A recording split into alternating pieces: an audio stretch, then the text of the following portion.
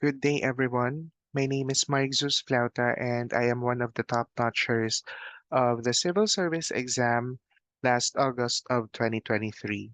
I am here para tulungan kayo na masagutan yung mga problems na ma-encounter nyo sa civil service exams in an efficient and effective manner.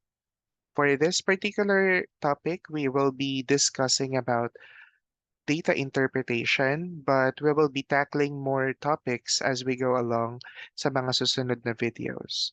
Let's take a look sa example below and let's see how we can answer this as fast as we could.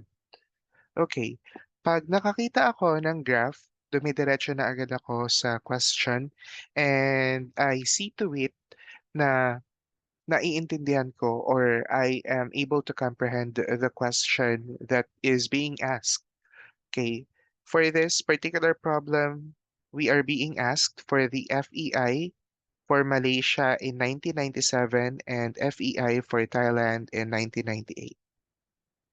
Okay, yung blue na bar signifies 1997 and yung orange signifies 1998.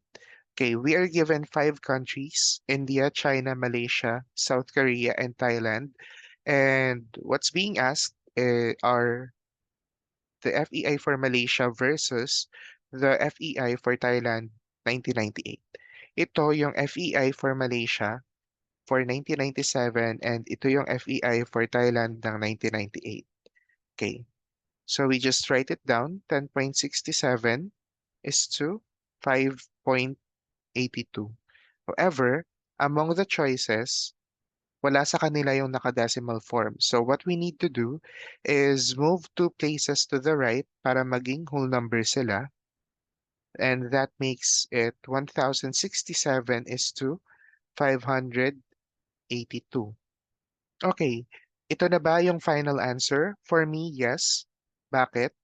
Kasi 1067 is a product of 11 and 97, and 582 is still divisible by 3 and by 2. So, ayun. Since 97 is a prime number as well as 11, we can no longer factor it further.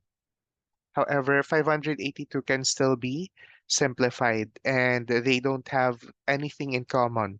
So 1067 and 582 do not have common factors. That's why ito na yung final answer natin, which is 1067 is to 582.